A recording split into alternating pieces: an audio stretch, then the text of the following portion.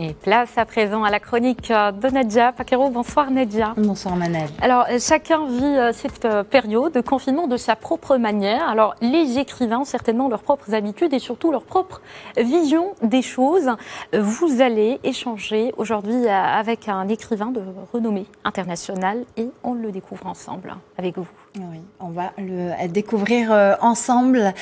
Ce que le jour doit à la nuit, l'attentat ou encore Les anges meurent de nos blessures, ce sont quelques-uns des romans mondialement connus de cet auteur qui explore, ausculte tous les recoins de l'âme humaine depuis des années maintenant. Son travail a été distingué à maintes reprises, mais sa plus belle récompense, ce sont ses lecteurs. Ses ouvrages sont en effet traduits en plus de 50 langues, un succès qu'il doit à l'encre de sa plume, qu'il trempe dans les contradictions, voire les névroses des sociétés en Orient, en Occident, en Afrique ou encore aux Amériques. Alors, la crise inédite qui a plongé plus de la moitié de l'humanité face à soi-même a-t-elle nourri son inspiration d'écrivain? On l'imagine, mais c'est lui-même qui va nous en parler. J'ai le très grand plaisir de recevoir ce soir l'écrivain Yasmina Khadra. Bonsoir à vous et merci d'avoir accepté notre invitation. Bonsoir à ces gens que j'adore, les Marocains. D'ailleurs, je languis de vous. Je devais venir en juin faire une petite tournée, mais malheureusement, avec la pandémie, elle a tout chamboulé. On dirait qu'on a des ennemis partout, vous et moi. Alors, Yasmina Khadra, aller aux confins de soi, à tout ce que l'être a d'irréductible et en théorie chose commune pour un écrivain. Comment avez-vous vécu ce temps qui s'arrête, cet espace qui s'est brutalement refermé sur vous? L'expérience a-t-elle été nourricière pour l'auteur que vous êtes? Eh ben, étrangement, non, parce que moi-même, je suis un confiné naturel, comme tous les artistes. J'habite Paris où il fait constamment grisaille et quand il pleut, moi, je ne sors pas. Je peux rester chez moi pendant 3-4 jours, sans problème. Mais j'avais quand même cette liberté de pouvoir sortir quand je voulais, de rencontrer des amis. Et d'ailleurs, ce sont surtout ces gens-là qui me manquent, ce sont les amis.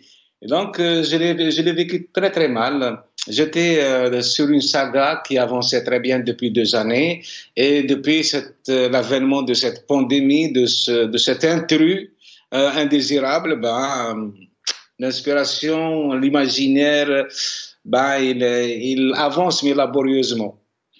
Un confinement difficile alors pour vous, Yasmina Khadra. Quel regard vous portez sur cette crise, cette tranche de l'histoire qui a été servie aux hommes, sur le rapport à la nature, le rapport au monde, le rapport à la mort aussi? Écoutez, moi je suis un enfant du mysticisme. Moi je suis né dans le Sahara et nous avons un rapport assez singulier avec la nature et quand la nature nous parle, nous l'écoutons avec beaucoup d'attention. Et je pense que cette pandémie est venue à un moment crucial parce que l'humanité a commencé à dériver, à dérailler.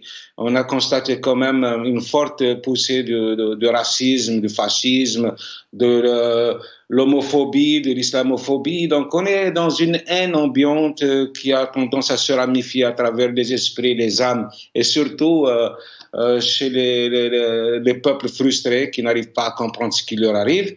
Et cette pandémie est venue nous rappeler à l'ordre. Elle nous prouve que nous sommes finalement que des êtres éphémères, vulnérables, fragiles, et qu'on devrait peut-être penser à l'homme au lieu de penser à son déni, à sa anéantisation. Et voilà, donc c'est une pandémie qui nous a nivelés. On est tous les mêmes aujourd'hui, les riches et les pauvres, les puissants et les faibles, les blancs et les noirs et les jaunes et les gris. Voilà, ça prouve que l'humanité de temps en temps a tendance à faire valoir son pouvoir, que nous respectons beaucoup. Et je vois cette pandémie comme une sorte de prophétie. Voilà, ça prouve que depuis toujours, on n'a pas investi sur l'homme et aujourd'hui, on s'aperçoit quand même qu'on a fait que causer notre ruine. Parce que le véritable socle de l'humanité, c'est l'être humain et si on n'essaye pas de construire quelque chose autour de lui, tout ce que nous allons élever ne seront qu'échafauds ou bien stèles vouées à la ruine. Voilà, donc une pandémie qui engendre une forme d'équité au sein de l'humanité. Hein. Ça sera votre conclusion, Yasmina Khadra. Peut-être un mot sur votre dernier roman qui, je crois, nous plongera dans l'Algérie des années 60, c'est ça? Oui, ça s'intitule Le sel de tous les oublis et je suis certain que les Marocains, comme tous mes lecteurs, ils vont beaucoup aimer. Enfin, je l'espère de tout mon cœur. On C'est une l'espère. histoire entre l'homme et la femme et pour une fois, je m'attarde un peu sur le problème de la femme chez nous au Maghreb. Très bien. Merci infiniment pour ce regard. Yasmina Khadra, donc, qui était avec nous et qui nous a fait l'honneur d'être présent sur ce plateau. Merci infiniment. Merci également à vous, Nadia. Merci aussi, bien sûr, au grand Yasmina Khadra et à cette lecture extrêmement profonde. Merci.